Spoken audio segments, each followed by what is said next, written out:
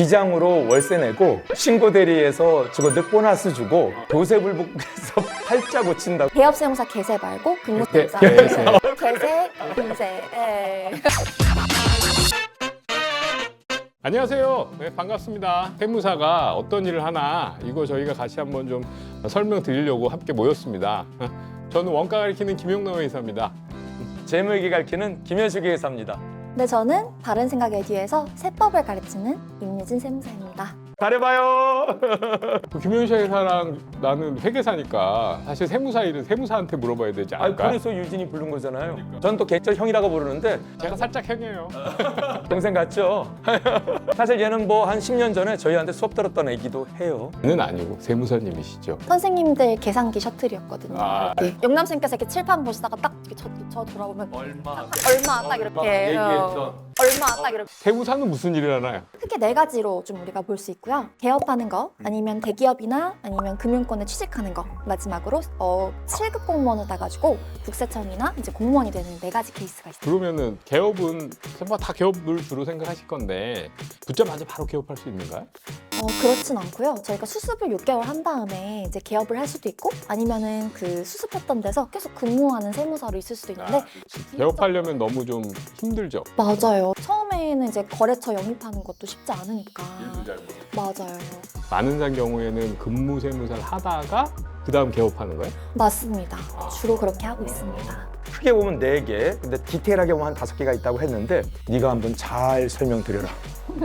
우선은 개업을 했을 경우에 근무세무사랑 하는 일이 똑같긴 한데요. 이제 크게 3가지 갈래가 있다고 보면 좋을 것 같아요. 개업이라고 하면 맞아요. 그 첫 번째로는 기장 대리가 있습니다. 그리고 사업자가 우리 이제 그 기장 장부 쓰는 거 도와주는 게 있는 거고, 두 번째는 신고 대리가 또 있어요. 그래서 우리가 신고해야 될 여러 가지 세목에 대해서 또 같이 신고 도와주는 게 있고, 마지막으로 조세 불복이라는 게 있는데, 이거는 과세관청에서 세금 내라고 했을 때 억울해요라고 하는 걸 같이 도와주는 걸 의미합니다. 구체적으로 그러면 신고대리 업무가 부가세 대시 신고하고 소득세 뭐 이런 거 대신 신고하는 거 얘기하는 건가요? 맞아요. 주로 그런 걸 신고 대리, 소득세, 기장 대리. 기장 대리하고, 그러니까 기장은 먼슬리로 이렇게 기장해 주는 거고, 그럼 매달 돈 받는 거죠. 그렇죠. 매달 기장료를 받는 그 다음에 분기별로 부가세 신고 대행해주고 또 돈 받고, 그렇죠. 그 다음에 연말에 소득세 신고해주고 범세 신고해주고 또 돈 받고. 또 돈 받고. 그렇구나. 그럼 그 2개 말고 또 아까 뭐 딴 거 하나 더 있다 그러지 않았나요? 도세불복?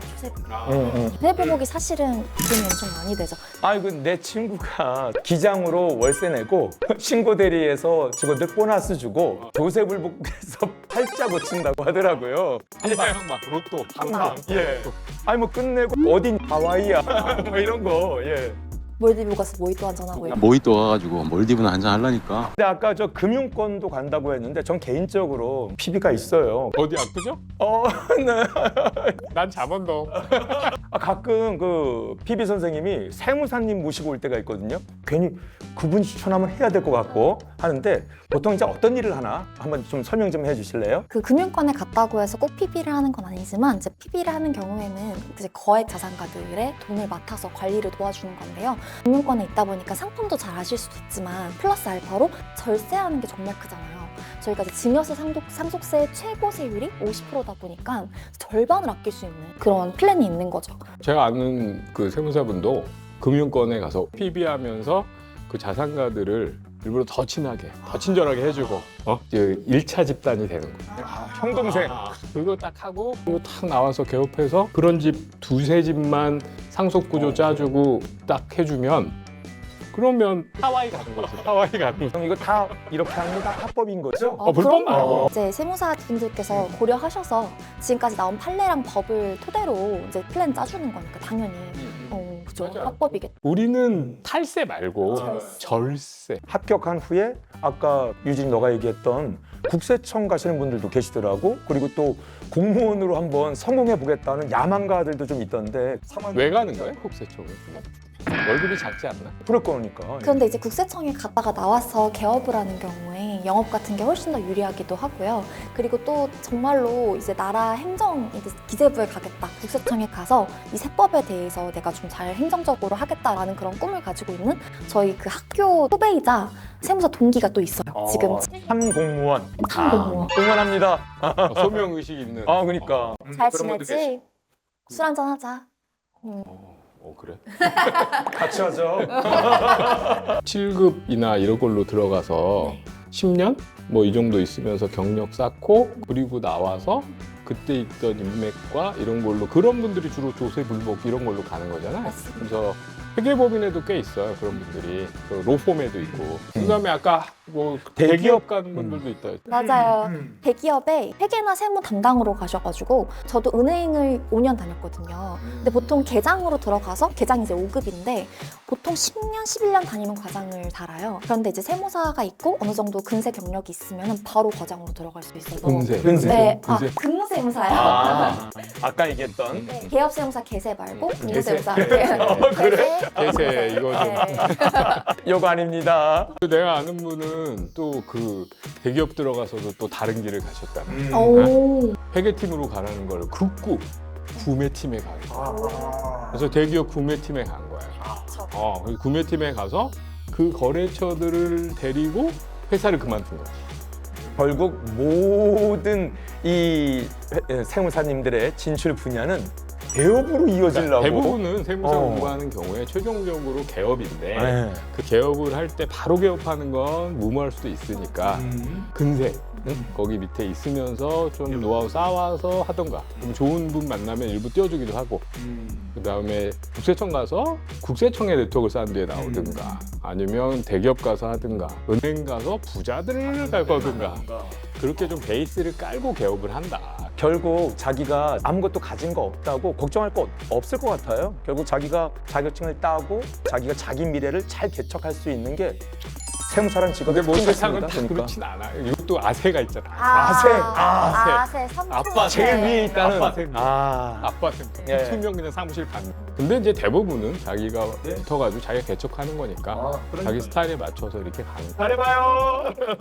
여자 입장에서 세무사 좋지 않아요? 너무 좋죠. 사실은 제가 처음에 회계사를 공부를 하려고 하다가 다문을 했더니 제가 은행을 다니다가 그만두고 이제 자격증 고민을 하니까 무조건 세무사를 해라 여자면 이렇게 좀 약간 권유를 해주셨는데 아무래도 이제 제 친구들 또래들도 다 지금 출산하고 이제 결혼하고 이럴 나이다 보니까 경력 단절에 대한 고민이 정말 많아요. 그런데 아무래도 네, 그렇죠. 그러니까 내가 일을 쉬고 싶어도 쉴 수 없는 그런 게 있는데 세무사 같은 경우는 내가 언제든지 하고 싶으면 할 수 있으니까 그게 남자 여자를 불문하고 요즘 남자 여자 차별이 거의 없잖아요. 평등한 시대이기 때문에. 근데 어쨌든 여자로서 그런 약간 디스어드밴티지가 있을 텐데 유리천장이 있는 거예요. 그렇죠. 유리천장이 있는 거죠. 그런데 이제 세무사 일을 하게 되면은 좀 그런 건 확실히 적죠. 결국 시간이 플렉서블하게 시간을 운영할 수 있다는 거 그게 굉장히 큰 장점 같아요.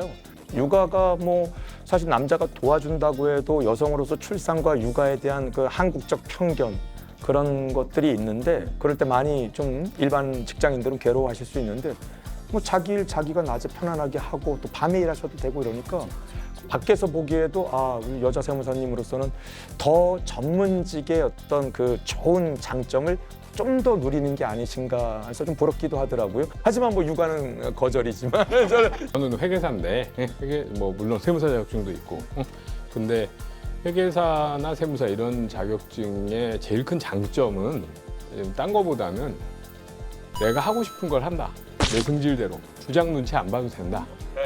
그냥 눈치 안 보고 놀면 안 되고 내가 물론 책임감 있게 내 일을 해야 되지만 내가 정확하게 책임감 있게 내 일 해주면 내가 충분히 커가고 키워갈 수도 있고 내 성격대로 클라이언트들도 정해갈 수 있는 거고 분명한 거는 그냥 되는 건 아니고 자기가 책임감 있게 오랜 시간 노력해야죠. 그게 세법이든 술이든 뭐든 사람이든 유튜브든. 그래서 그런 걸 잘 하기만 하면 원하는 거나 대로까지는 모르겠는데 성격대로 일하면서 살 수는 있다. 그건 장점이라고 얘기할 수 있겠다. 와 이렇게 알아보니까 결국은 세무사란 직업은 당당함, 성깔대로 살기 이걸로 귀결되는 것 같습니다. 그게 제일 좋은 거잖아.